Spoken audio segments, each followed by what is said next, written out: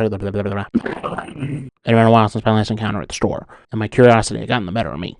Very carefully, I ventured inside, wondering what could be lurking in the shadows. Then, right out of nowhere, I found myself face to face with it. Yes, the flying bee. But not just any flying bee, as I would find out.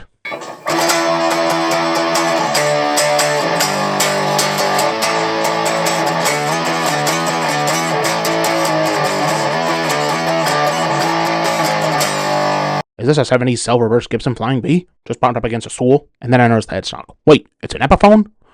Oh, how much could this be? Given Epiphone going upscale lately, just 7 Benjamins? With a bag included? Was I on punked, I wondered? Could Ashton Kutcher be lurking behind the amplifiers? This was a trick, and even if it wasn't, I had to know. I had to know the truth. The only way to find out for sure was to try it out. Apparently, it's the Guitar Center exclusive run Epiphone's Flying V 70s. This particular one is in Silver Burst, which is obviously a classic finish, and I would find out later there will be another finish on offer.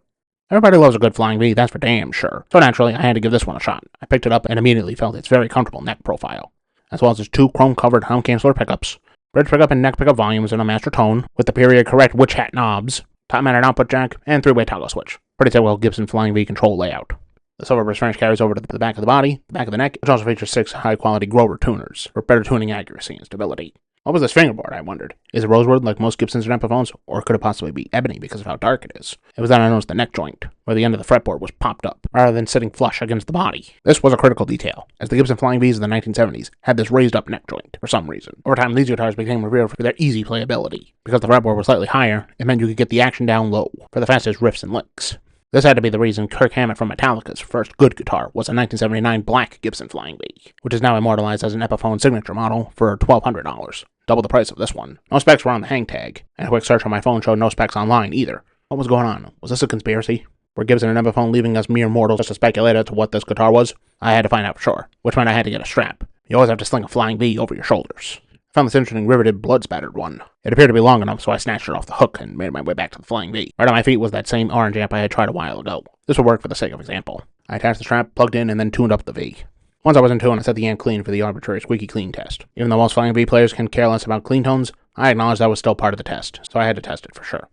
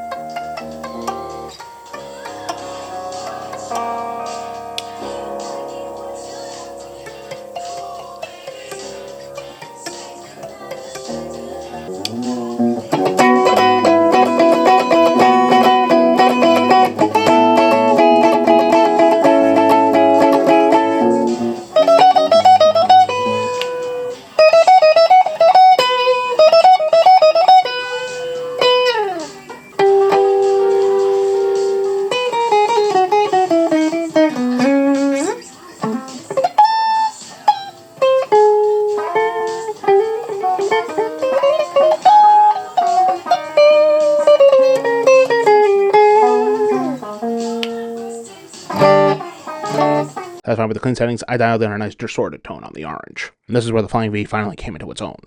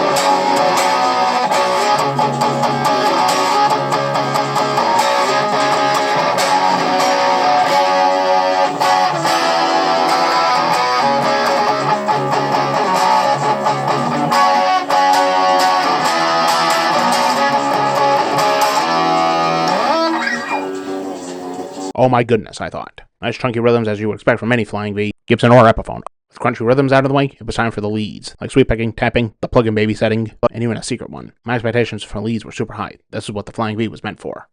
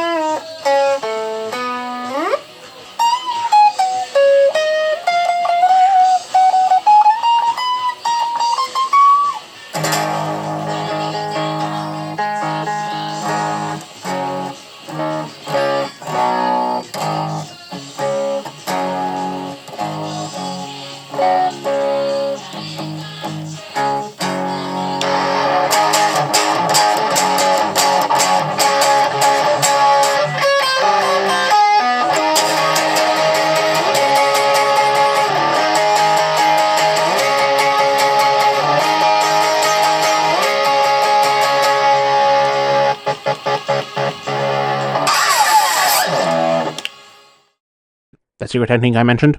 Can you slap on a guitar? Maybe not in standard tuning, but maybe in drop D.